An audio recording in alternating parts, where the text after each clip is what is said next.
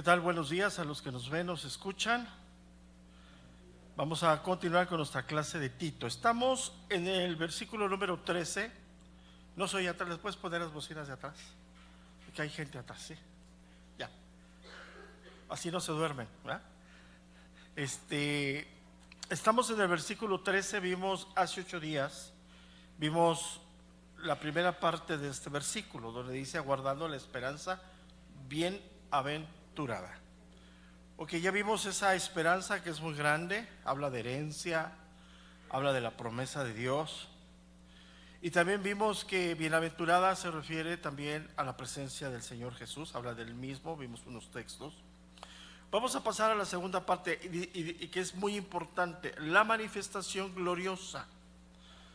Esta parte, ¿sí? Que es tan importante, ¿sí? De esta manifestación gloriosa, se está refiriendo a la segunda venida del Señor Jesucristo. O sea, Él va a venir con toda su gloria por segunda vez. De hecho, como yo lo dije hace 8 días, esta teología, esta doctrina ha sido en los últimos años olvidada, ¿no? Ha sido como dejada ahí en el tintero, ¿no? Yo les hacía esa reflexión, 2 reflexiones, hacía 8 días que las vuelvo a hacer. Primero, ¿cuántos mensajes has oído de la segunda venida de Cristo? Segundo, si hoy viniera Cristo, ¿cómo estás? O sea, es una realidad. O sea, si tú piensas todavía de que por ser creyente lees la Biblia, oras, sirves, pues cualquiera lo puede hacer. ¿Estás de acuerdo? O sea, cualquiera puede leer la Biblia, cualquiera puede venirse a congregar por años. Pero el creyente, el que ha nacido de nuevo, el que ha entendido, el que es guiado por el Espíritu de Dios, está esperando el regreso del Señor. Es una doctrina fundamental para nosotros. ¿Por qué? Porque ya lo leímos 8 días. El que tiene esa esperanza se santifica a sí mismo.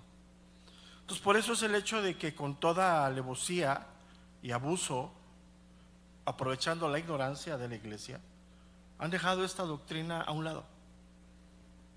O sea, has escuchado mil servicios, 1000 sermones, pero de esto, pues, ¿por qué? Porque se le ha enseñado a la iglesia que Dios está para resolverte tu vida presente. Sí, claro, necesitamos de Dios para respirar, pero queremos que la promesa de Dios es más grande que esta vida, ¿no? Él nos ha prometido, él mencionó a sus discípulos, le dijo que él iba a irse para ir a preparar un lugar para vosotros, ¿no? O sea, y es una realidad. Todo eso lo sabemos. Todo eso, yo sé que no les estoy hablando a algo que ustedes no conozcan. Lo que quiero hacer énfasis es que eso debe de serte una realidad en tu vida. O sea, yo les decía en la clase del jueves que una de las cosas buenas es tener proyectos como creyentes, proyectos de vida. ¿Tu proyecto de vida en este año cuál es? Y uno de esos proyectos es si vienes, Señor, o me toca ya partir, pues quiero servir, quiero en ese momento que yo te vea, en ese momento voy a rendir mis coronas a ti, Señor. O sea, no quiero llegar con manos vacías, ¿no? Entonces, una de las cosas que tiene toda esta confusión es que vivimos nosotros, la iglesia, vivimos en medio de la primera y en la espera de la segunda.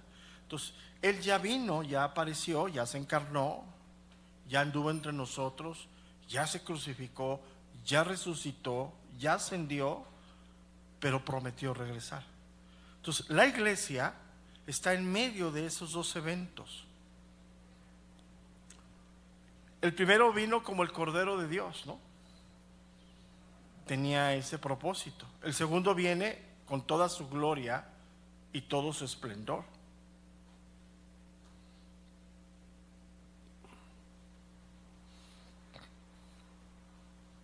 Sin embargo, en la primera venida, solo algunos que tenían esa comunión y que Dios también permitió pudieron ver su gloria, ¿no?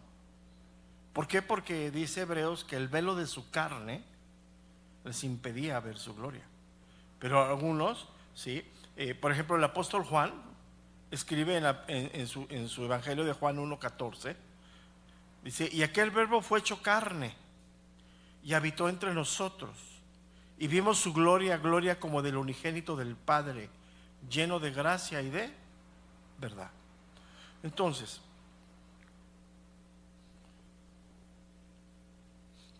algunos que estuvieron cerca de él vieron cómo hablaba, cómo se conducía, y alcanzaron a ver a través de ese velo, ¿no? Del velo de la carne, y alcanzaron a ver la hermosura, la perfección divina de Jesús, ¿no? Y nosotros pues hoy vemos esa parte también, ¿no? O sea, por la fe. Si yo te preguntara, hermano, ¿has visto la gloria de Dios? Sí, pero ¿cómo? Por la fe, porque no es algo físico, ¿no? No es algo que vamos, o sea, todas esas, es que bien importante eso, todo ese tipo de cuestiones de que el Señor está aquí y siente su espíritu y bla, bla, bla, todo eso no tiene nada que ver, eso no existe. Si yo te preguntara, hermano, ¿has visto la gloria de Dios? Vas a decir que sí, pero no sabes cómo me la puedes transmitir, ni yo a ti. Y eso es claro. Mira, vamos a 2 Corintios 4:6.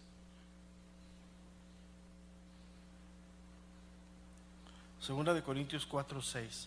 Porque Dios, que mandó que las tinieblas resplandeciese la luz, es el que resplandeció en nuestros corazones para iluminación del conocimiento de la gloria.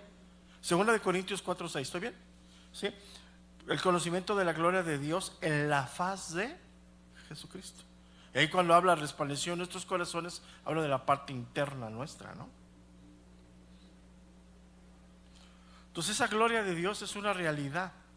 Nosotros ya la percibimos por la fe, pero cuando Él venga va a ser un evento visto por todos.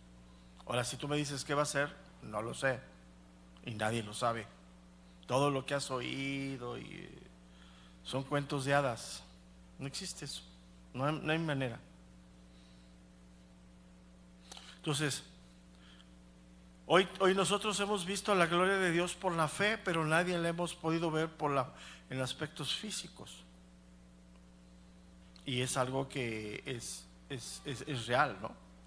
Entonces, una de las cosas que Él vino la primera vez en su primera manifestación fue a traer el Evangelio, ¿no? El Evangelio es la puerta que abre la salvación a los hombres, ¿no? Entonces, Él vino como el Cordero de Dios para abrir esa puerta, ¿no? Y hoy sabemos que no hay otra entrada a la salvación, a la comunión con Dios, si no es por Jesucristo, ¿no? No hay. Entonces la segunda venida o su segunda manifestación va a ser con todo su esplendor y su poderío. Va a ser una manifestación pública y de carácter universal.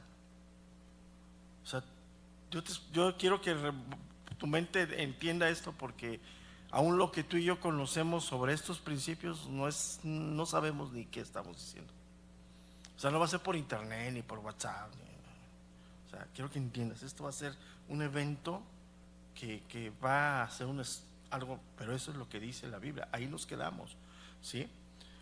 Y ahora, esto que estoy hablando es una doctrina tan fundamental, tan esencial en la fe, que el mismo Señor habló de ella. O sea, Él mismo habló de esto. Entonces aquí hay que tener mucho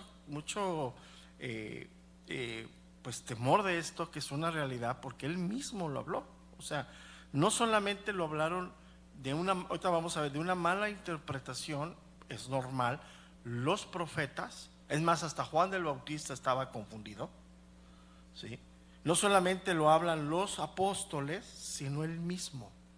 O sea, los profetas pensaban que iba a haber una sola manifestación, una sola, ¿sí? Juan el Bautista también pensaba que era, hasta le mandó a preguntar, ¿verdaderamente eres el Cristo? ¿Sí? Los apóstoles entendieron que son dos manifestaciones, la primera y la que va a regresar, ¿sí? Pero no solamente eso, sino que él mismo de su boca lo dice. Mateo 24, 27.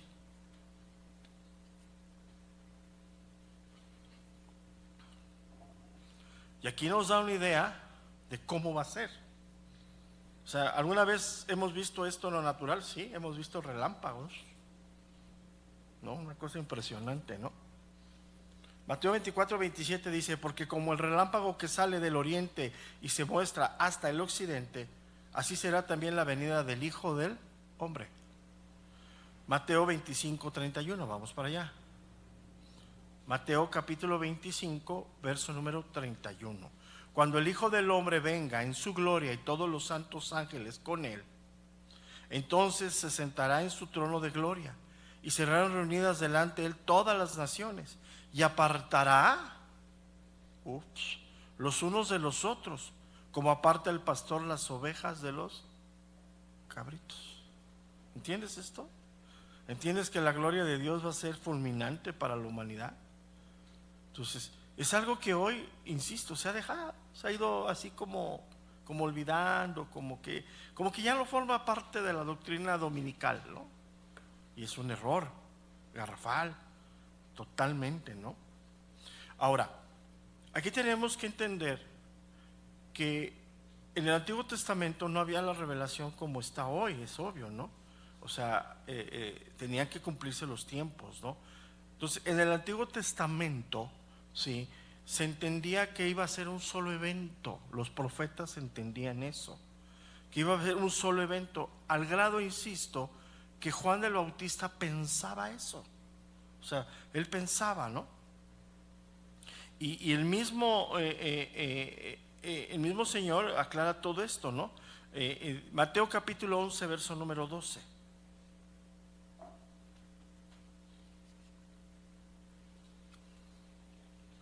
¿Por qué? Porque cuando vino el Señor, Él empezó a sanar y a salvar a las personas. Entonces empezó a haber duda. Mateo 11, verso número 2. El Evangelio de Mateo, capítulo 11, verso número 2. Al oír Juan en la cárcel los hechos de Cristo, le envió 2 de sus discípulos para preguntarle: ¿eres tú aquel que había de venir o esperamos a otro? ¿Por qué esta duda? Porque él creía, Juan el Bautista, junto con lo que había revelado o se entendía en los apóstoles, en los profetas, del Antiguo Testamento, que iba a ser un solo evento. Pero la Biblia nos es claro que son 2 eventos. Es la primera venida como Cordero para abrir la puerta a la salvación, ¿sí? Obviamente, y la segunda venida vendrá con todo su esplendor, con toda su gloria, y como lo acabamos de leer en los versículos anteriores, sobre todo en Mateo 25, 31, habla de algo que tiembla aún los predicadores y aún la iglesia moderna a decirlo abiertamente: va a venir a juzgar al mundo. Oye, esta se me enchina el pie. Ahí no va a haber excusa. El que no esté en Cristo, el que no ha sido redimido por la sangre del Cordero, va a ser juzgado como pecador. Porque la sangre de Cristo trae remisión, perdón, justificación. Es lo único, no hay otra manera. Y esa sangre no es física, es por la fe, creyendo que el justo murió por nosotros. Y en esa cruz morimos juntamente con Cristo. ¿Te fijas? Una doctrina esencial, ¿estás de acuerdo? Entonces, ¿qué les enseña? ¿Cuál es el énfasis de ahora? El Cristo que te soluciona la vida. El Cristo que te va a arreglar tu matrimonio, que te va a traer, le va a sacar de las drogas a tus hijos, que te va a arreglar tu cartera. Ese es el Cristo hoy. Entonces, la realidad a eso no vino Él a hacer, ¿eh? Él vino a traer salvación. Y salvación a todo aquel que cree, y ese a todo aquel, como lo dije, como lo he venido haciendo, todos hemos sido creados a imagen y semejanza de Dios. Aún el peor de que te imagines ha sido creado. Y es aún ese peor hombre que te imagines o mujer, puede alcanzar salvación. Si se arrepiente, si cree. Entonces, todo esto, el mismo Jesús lo habló, lo hizo. Mira, ¿recuerdan ese pasaje donde él entra y toma el libro, toma el libro y abre Isaías y se describe a sí mismo? Y le dice, ahora lo que está aquí escrito, le dice, aquí estoy. Entonces, obviamente, pues todos se quedaron así como nosotros, ¿de qué está hablando, no? Pero él está hablando. Mira, vamos a leer, pero vamos a leer lo de Isaías. Vamos al libro de Isaías, sí, capítulo 61, verso número 1.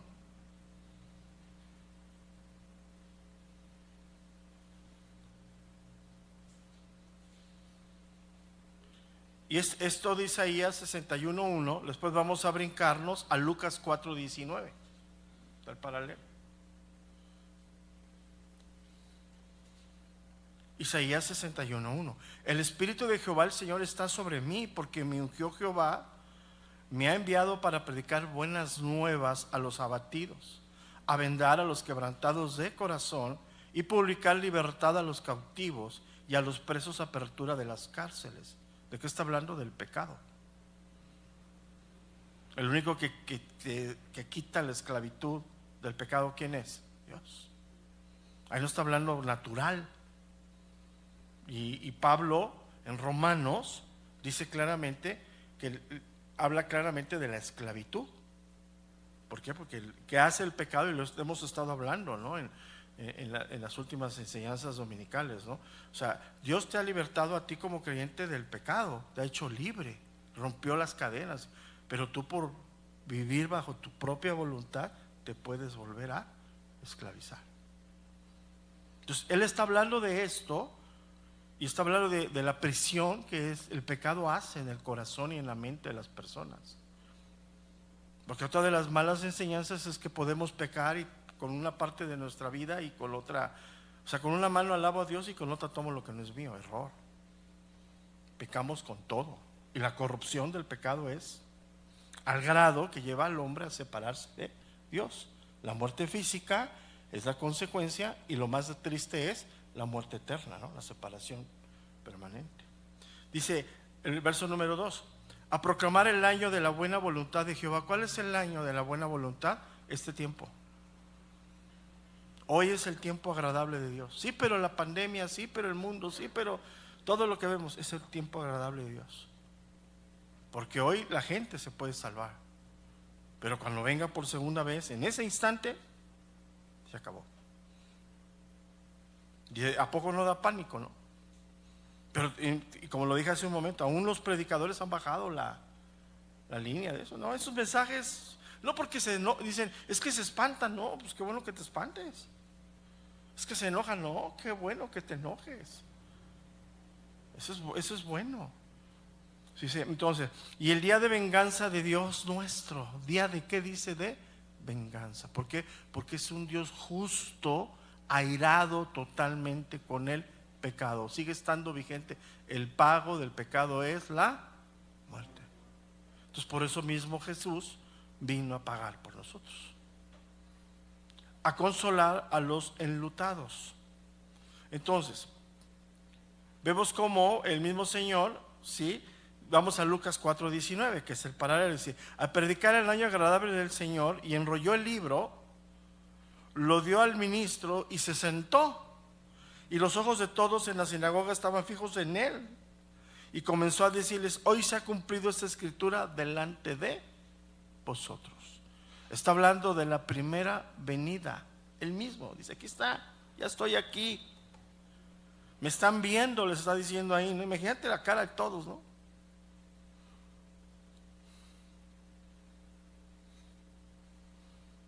Entonces, cuando él dice: hoy se ha cumplido esta escritura delante de vosotros, está afirmando su primer venida. Él venía, de ahí él partió a hacer su ministerio, a caminar, a predicar, a sanar, y preparó todo para su muerte en la cruz, ¿no?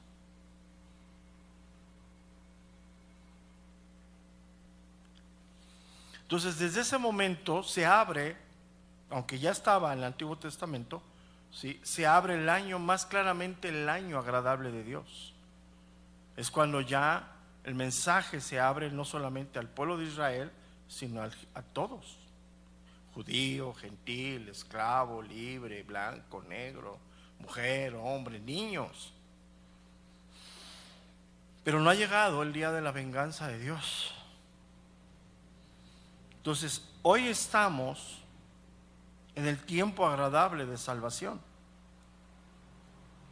Entonces, la iglesia espera el regreso de Cristo, y la iglesia debe de saber que cuando Él venga habrá juicio sobre las naciones.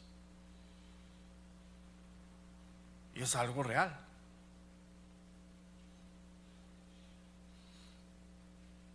Entonces, cuando dice aquí, regresamos a Tito, aguardando la esperanza y la manifestación,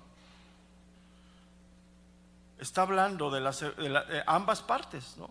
Pues entendemos, o sea, ya entendemos nosotros bíblicamente que hay una manifestación, está en la encarnación de Jesús, estamos en el medio de la dispensación y el regreso. Pero para Dios, como Él es fiel y firme para cumplir lo que promete, para Dios esto ya es una realidad. O sea, en el tiempo de Dios espiritual, esto se va a acontecer, es un hecho. No va a terminar, o sea, no se va a detener. El día, momento, la hora que Dios ha determinado se cumplirá.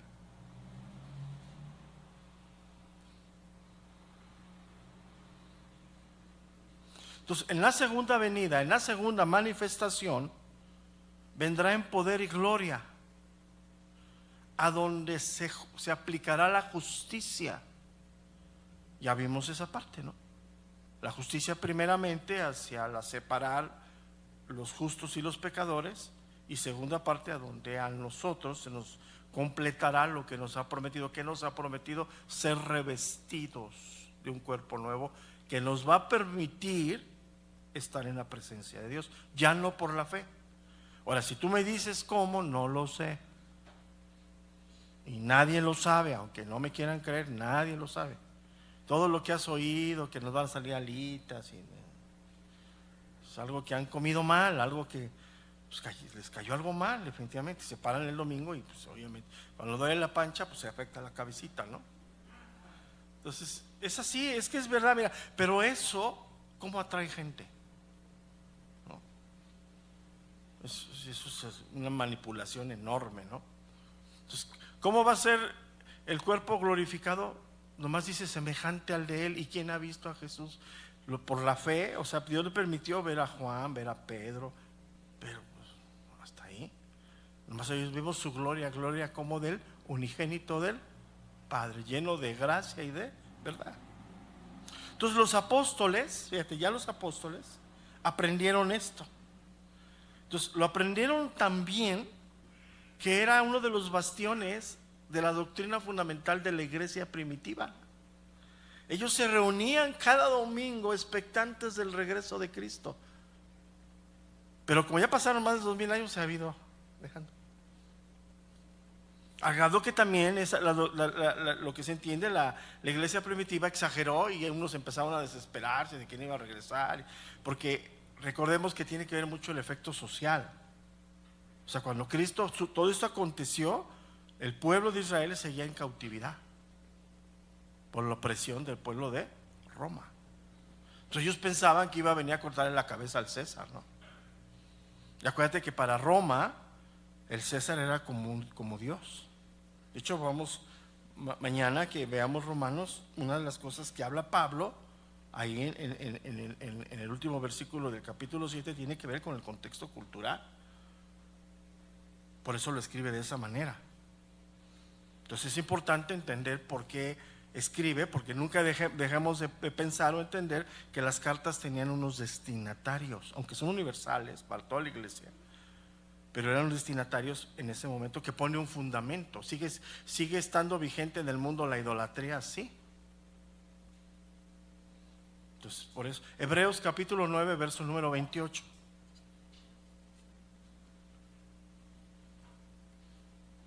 Hebreos 9, 28. Así también Cristo fue ofrecido una sola vez para llevar los pecados de muchos. ¿Cuántas veces? Una. La iglesia católica, ya me voy a meter en problemas, lo hace cada domingo. Eso es una aberración totalmente. Ya me meto en problemas, ¿verdad? Bueno, está bien. Porque ellos lo hacen, eso que le dan a la iglesia es, ellos creen que es literal el cuerpo de Cristo. El sacrificio de Cristo fue una sola vez y para siempre. Perfecto. Ya no hay más sacrificios que hacer. Por eso Él antes de morir dijo: consumado es. Se cumplió. Y nadie va a cumplirlo una vez más, ni nadie podía cumplirlo, solamente Él. Así también Cristo fue ofrecido una sola vez para llevar los pecados de muchos, y aparecerá por segunda vez sin relación con el pecado para salvar a los que le esperan. ¿Salvar de qué? De esta vida, salvar del pecado. El pecado aún es un factor presente en ti y en mí, por eso envejecemos, por eso nos enfermamos, por eso nos deterioramos. ¿Por qué? Porque seguimos estando en un cuerpo de pecado. Entonces es una realidad, ¿no? Pero si te gobierna la carne, pues sí. Pero si te gobierna el espíritu, caminas con Dios, ¿no? O sea, es una diferencia, eso es claro, ¿no? Entonces, este versículo del verso 13 de Tito es uno de los versículos más contundentes en el Nuevo Testamento sobre las manifestaciones de Cristo. La primera trayendo gracia y salvación, y la segunda con gloria y majestad. Entonces la esperanza de la iglesia es ver la gloria de Dios, y hoy por la fe aún lo podemos ver. Ahora yo les quiero hacer una pregunta. A ver, vivimos por fe y hablamos de la gloria de Dios, su poder. ¿En dónde podemos disfrutar o ver esa gloria o ese poder de Dios? ¿En dónde? A ver, piensen tantito. Que Chicharito jale, que la ardilla se va. ¿En dónde? ¿Te lo digo? Para que reflexiones. En ti mismo. ¿Qué eras antes? ¿Qué eres hoy?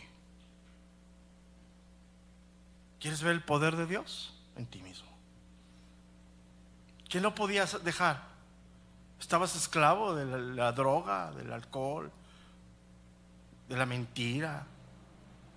Y hoy tienes el poder. Porque dice Pablo en Romanos 8 que somos más que vencedores. Pero dice, todo esto si andas no conforme a la carne, sino conforme a ¿qué? Al Espíritu. ¿Te fijas cómo es algo tan serio esto? Porque te han dicho, no, el poder es que, no, está en ti. Que hoy tú te detienes y dices, no. A lo que antes, y la tentación sigue, ¿no? O sea, si tenías conflicto, sigue ahí presente. Y no te va a dejar. Y lo que Pablo termina, después de que dice en el capítulo 7, miserable de mí, ¿quién me librará de este cuerpo de muerte? Está diciendo, Jesucristo nos libra, pero entramos al camino de la gran batalla cristiana entre hacer el bien y el no. Y es donde la iglesia hoy está claudicando, porque creen que porque ya hicieron su decisión, ya. Y el cristianismo no es una decisión, es una convicción del corazón. ¿Tienes la convicción de que Jesucristo murió por ti? ¿Tienes la convicción de que ahora eres el Hijo de Dios? Que a través de eso Dios te ha dado la potestad de ser llamado Hijo de Dios. Son cosas diferentes, muy diferentes.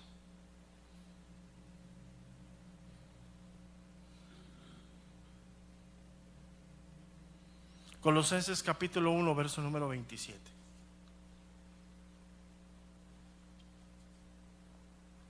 Colosenses 1, 27. A quien Dios quiso dar a conocer las riquezas de la gloria en este misterio entre los gentiles, que es Cristo en vosotros, la esperanza de gloria. Entonces aquel que ascendió y dijo que regresaría, lo prometió y regresará.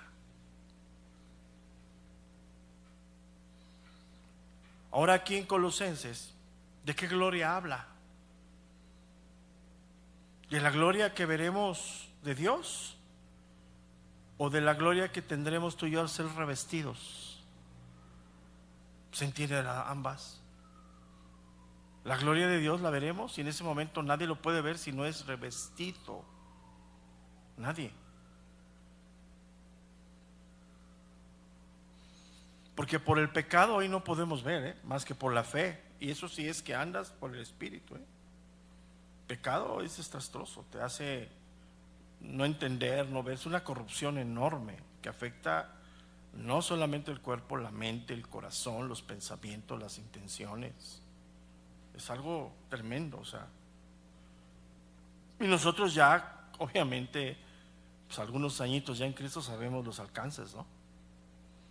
Porque yo sé que todos nosotros alguna vez, aún siendo creyentes, hemos cedido al pecado y hemos recibido el trato de Dios en nuestras vidas, ¿no? Como evidencia de eso, ¿no? Entonces,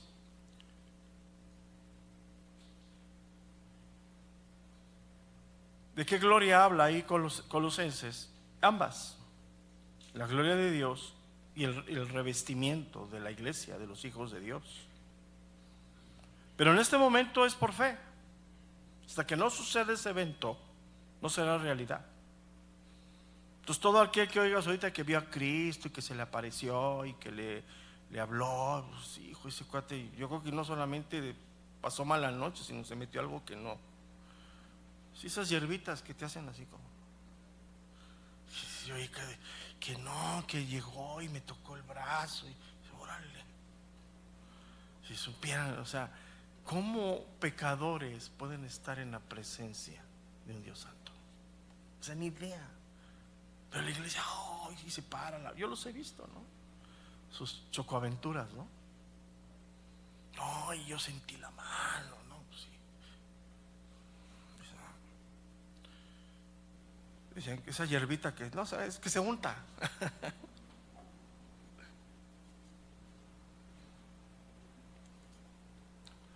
Es en ese momento de esa manifestación gloriosa que todo, escúchame bien y anótalo ahí, todo va a ser transformado, todo va a ser restaurado conforme al diseño original. Si me preguntas cómo, no lo sé. Lo único que tú y yo podemos decir, si la creación, que no es Dios, que es panteísmo, da testimonio del Creador, imagínate lo que veremos. Ahí nos quedamos. Entonces regresamos a Tito. Ya entendimos, aguardando la esperanza y la manifestación, ¿no? Ya entendimos ahí. Por eso él mismo dice que va a ser una manifestación gloriosa. ¿Sí? ¿Por qué? Porque veremos la gloria de Dios con él mismo y va a haber una transformación total, que obviamente nos va a hacer participar de ella a los que hemos creído, ¿no? A los que hemos sido limpiados del pecado por la sangre de Cristo, ¿no? Y en ese momento seremos restaurados plenamente, conforme al diseño original. Entonces, si esta esperanza no te motiva, como les decía el domingo, si hoy que tenemos al Espíritu de Dios endureces el corazón para ser guiado del Espíritu de Dios, ya no hay nada más, nada más. Si esta esperanza no te motiva, no hay nada más que te pueda motivar a guardar tu vida para esperar este momento, nada más. Es una realidad. Si esto no está presente en tu vida espiritual, en tu comunión con Dios, en tu relación con Dios, si de tu corazón no sale un clamor, Señor, ven pronto, pues no sé qué más te pueda motivar. Porque todo lo que tú ves y tienes, por lo que mueres hoy, Si Cristo te llama, se queda. No te vamos a poder enterrar ni con los tenis que traes. ¿Para qué? Mejor los regalamos. Pero ¿te fijas cómo cambia el concepto? O sea, ¿y qué está diciendo el pastor? Que no trabaje. Nada, ya. El tamal que te comiste en la mañana, la guajolota estaba mal. Está hablando de eso. Trabaja, cuida tu vida, juega el rol de vida que Dios te ha puesto, padre, madre, abuelo, hijo, lo que sea. Pero en tu corazón, aquí debe estar el anhelo de que vas a verlo cara a cara. Y si eso no te motiva, si eso no te estimula tu vida espiritual, pues ya no hay nada. Y lo peor es que vas a vivir una vida, como dice Pablo, miserable. Pero es muy lamentable ver a muchos cristianos vivir así, porque ellos voluntariamente han cedido al pecado. Es como el cuento del perrito que se queja y no se mueve, ¿no? Porque le gusta estar ahí aunque está lleno de clavos, ¿no? Pero a él le gusta. Así están los cristianos. Mira, te voy a decir una clásica. Están en problemas hasta el tope y su respuesta es: yo no sé qué Dios va a hacer, yo ya oré. ¿Y qué? ¿Cómo que no sabes qué Dios va a hacer? O sea, ya oraste, y si ya oraste, Dios no te contestó y no te dijo qué tienes que dejar de hacer tú. Pues órale, clásico, ¿no? No, yo ya oré, yo ya fui a los pies de mi Señor. ¿Y luego qué? Estuviste ahí en los pies del Señor y no te... nada, no metes. Pero así estamos. Y es fuerte esto. Entonces Cristo vendrá por segunda vez, y si esto no te motiva, si esto no te mantiene tu corazón ardiente, no hay más, nada más, no hay más que hacer. Sí, has de haber alcanzado la salvación por la gracia, pero el deber de el cuidar tu salvación con temor y con temblor depende de ti, y no hay nadie en este mundo que pueda cuidarte a ti más que Dios mismo. Y si a Dios no le haces caso, imagínate a mí. Pues es imposible. Esto te debe de estimular. La esperanza es real. Debes de tener un corazón lleno de gratitud a Dios.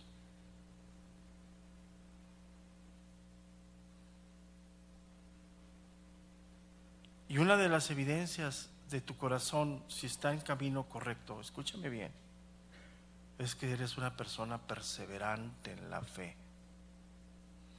Si estás, me siento triste, es tu pecadote. Pero ¿sabes cuál es lo más lamentable? Que no lo reconoces y buscas responsables. Es que me siento desanimado. Sí. Tu pecadote que lo traes aquí. Imagínate, vas a correr un maratón con un bulto de cemento en la espalda, pues, a la primera subida ya te sientes cansado, sientes el corazón, sí. Corriendo la carrera con paciencia, despojándonos de todo peso que nos asedia. Ya ves que es factor, ¿no? Me voy de la iglesia porque, como que no siento. ¿No sientes qué? No sé, no siento. Como que no hago clic. Sí. Y andan de lugar en lugar. Así me he encontrado un montón aquí, allá. Oye, ¿cuándo? ¿Qué? ¿No? Secos. El problema es que cuando venga la tentación que va a golpear, van a sucumbir. Ahí está el problema. Entonces, por eso dice la Escritura que debemos ser sobrios. Lo contrario de estar adormecidos.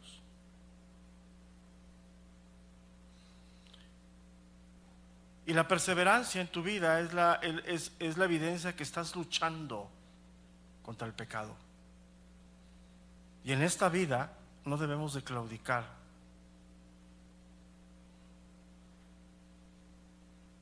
Entonces, si esto no te motiva, ya no hay nada. Créemelo, ¿eh?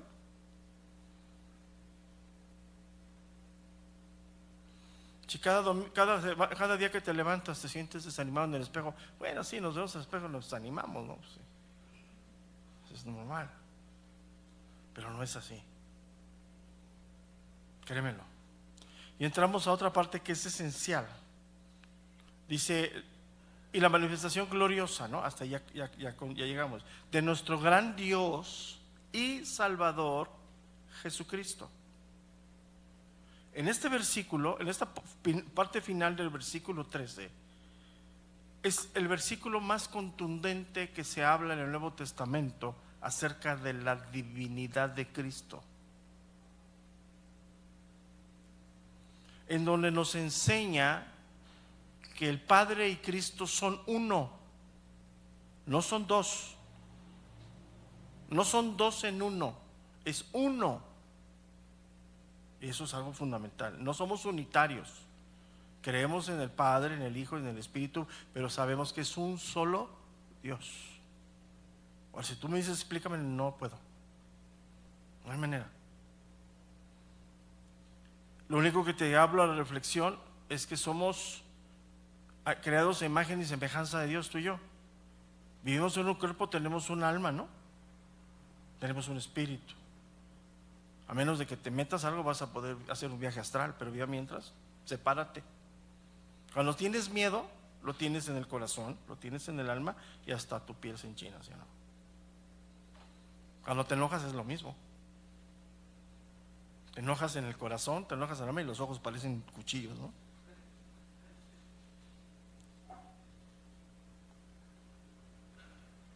Entonces, este versículo es un versículo contundente que tira doctrinas falsas como los testigos de Jehová, así, pum, al suelo. Ya ves que ellos le quitan la divinidad a Cristo. Para ellos Cristo, Señor Jesucristo, es un profeta.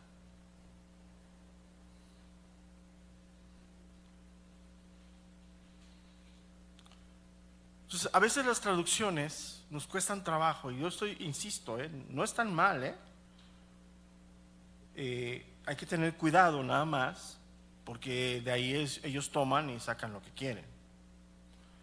Podría decir de esta manera: la manifestación de la gloria del gran Dios y Salvador nuestro Cristo Jesús. O sea, aquí pone a Jesús, al Señor Jesucristo, ¿sí? Lo pone como el gran Dios.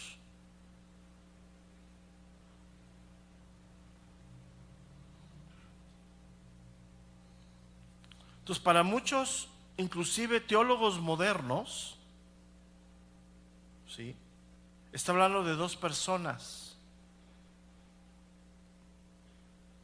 Y la doctrina o la secta más fuerte sobre esto son los testigos de Jehová.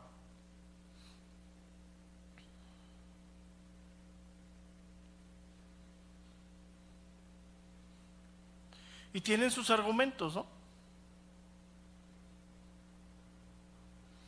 La conclusión de ellos, de estos que piensan que son dos personas,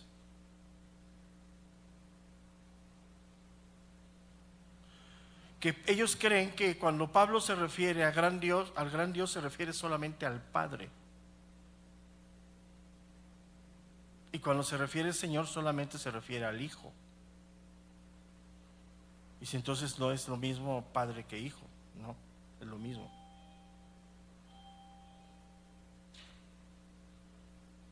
Entonces, esta última parte del versículo 13 es una parte única en los escritos de Pablo.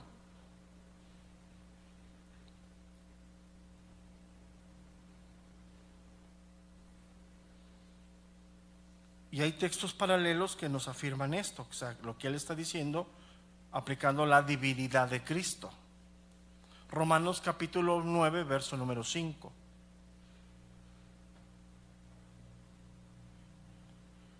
Tenemos que tomar, acuérdate que para establecer una doctrina como la divinidad de Cristo, como la doctrina de que sí es un solo Dios, o sea, no es el Hijo y el Padre, sino uno, de una manera, tenemos que ir a la Biblia misma nos da respuestas. Romanos capítulo 9, verso número 5. Romanos 9, 5. De quienes son los patriarcas y de los cuales según la carne vino Cristo, el cual es Dios. Romanos 9, 5. Sobre todas las cosas, bendito por los siglos. Amén. Pues ahí está claro, ¿no? Colosenses capítulo 2, verso número 9. Colosenses 2, 9. Porque en Él, en Cristo, habita corporalmente toda la plenitud de la deidad. Colosenses 2, 9. ¿Estoy bien? Colosenses 2, 9. Entonces, con esto confirmamos lo que Pablo escribe cuando dice el verso número 13, de nuestro gran Dios y Salvador Jesucristo. Es uno solo.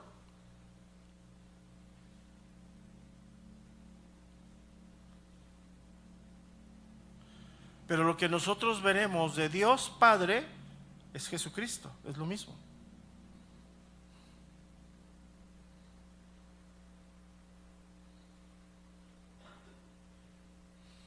Entonces es muy importante entender el contexto de lo que él viene hablando. Por eso dividimos este versículo en tres.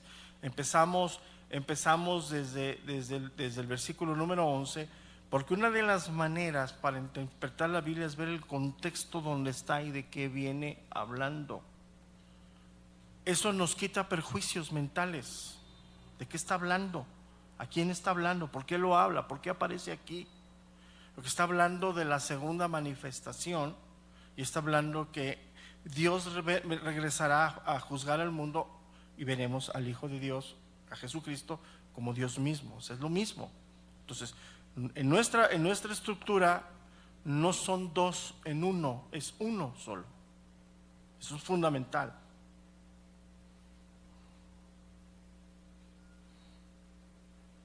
Entonces, lo que Pablo nos afirma aquí es la divinidad de Cristo.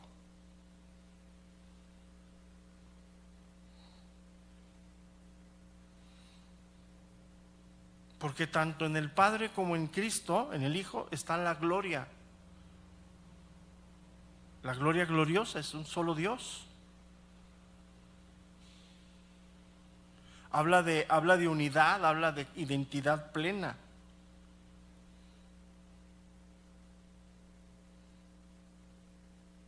Segunda carta de los Corintios, capítulo 4, verso número 6.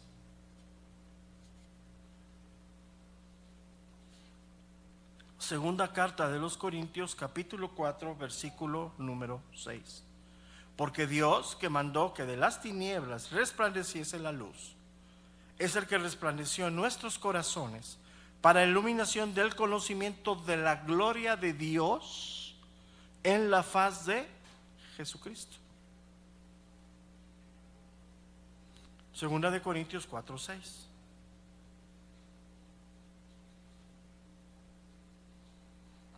Y una de las cartas que más afirma en la divinidad de Cristo, en toda la carta de Tito, es la carta de Tito.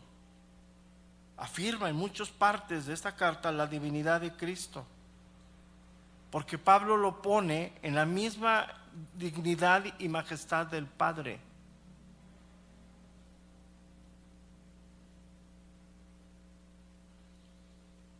Porque él nos deja claro en la carta de Tito que en la salvación está implícito el Padre y el Hijo. Por eso habla aquí de y Salvador Jesucristo. Dios mismo nos salvó en la faz de Jesucristo.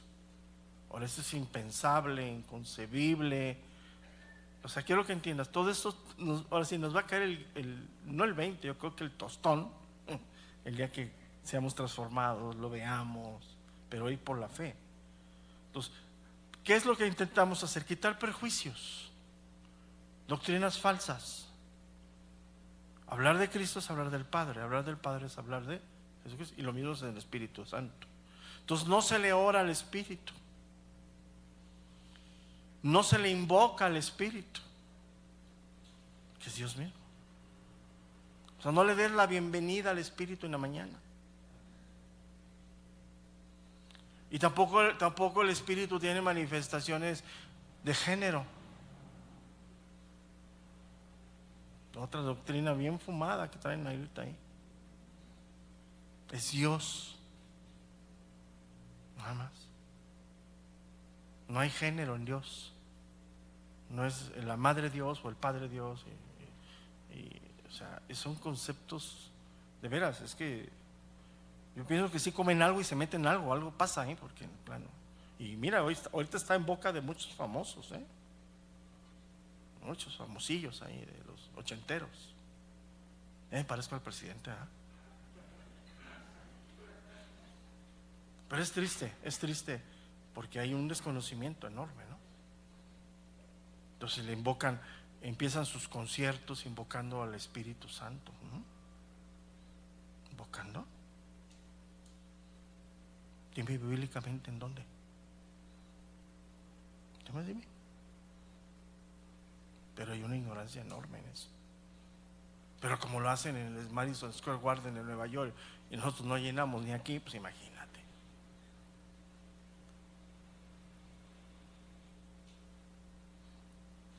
Ahora, todo esto que estamos hablando, pues hay partes en la Biblia.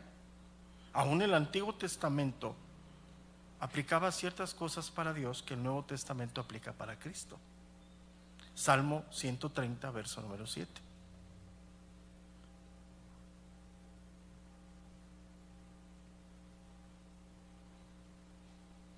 Salmo 130, verso número 7. Espera Israel a Jehová, porque en Jehová hay misericordia y abundante redención con él. ¿Por medio de quién alcanzamos la redención tú y yo? Por medio de Jesucristo. Pero aquí Jehová, el salmista, en el concepto doctrinal, en los tiempos de la Biblia, era el Padre. ¿Me explico? Ellos tenían la promesa y veían en la fe la encarnación. No había sucedido, cuando este salmo se escribe, no había sucedido la primera manifestación. Entonces está hablando del Padre. Y ahí habla que solamente en Dios hay redención. Entonces, si el Hijo es divinamente Dios, redención en él. ¿Está? Con él. Y él redimirá a Israel de todos sus pecados. Tiempos, dispensaciones de la Biblia, ¿no? Oseas, el profeta Fresa, capítulo 13, verso número 14. Oseas 13, 14.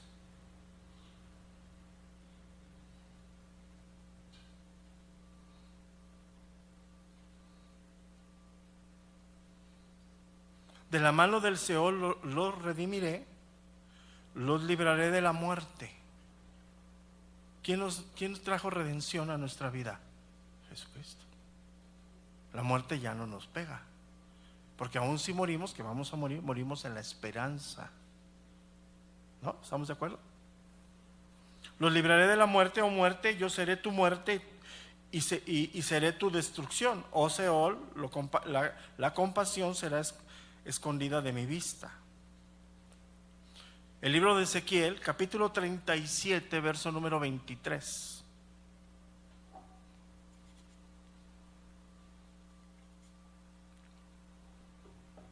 ¿Cuál es el cumplimiento de la redención? La purificación de nosotros, la transformación. Ezequiel capítulo 37, verso 23. Ni se contaminará ya más con sus ídolos, con sus abominaciones y con todas sus rebeliones, y los salvaré de todas sus rebeliones con las cuales pecaron, y los limpiaré, y me serán por pueblo, y yo a ellos por Dios. Hoy por medio de quién alcanzamos esto? Por medio de Cristo. A todos los que creen en él se les ha dado potestad de ser llamados hijos de Dios.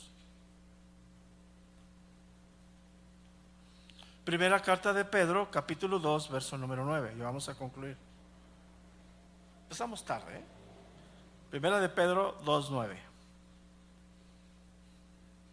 Mas vosotros sois linaje escogido, real sacerdocio, nación santa, pueblo adquirido por Dios, para que anuncie las virtudes de aquel que nos llamó de las tinieblas a su luz admirable. ¿Por medio de quién alcanzamos esta parte? Por medio de Cristo. Deuteronomio capítulo 4, verso número 20. Ya vamos a acabar. Deuteronomio 4, 20. Pero a vosotros, oh Jehová, os tomó y os ha sacado del horno de hierro de Egipto, para que seas el pueblo de su heredad, como en este día. Eso lo hizo Dios. ¿Quién nos ha sacado de la cautividad? Jesucristo. Y terminamos con Deuteronomio 7, 6.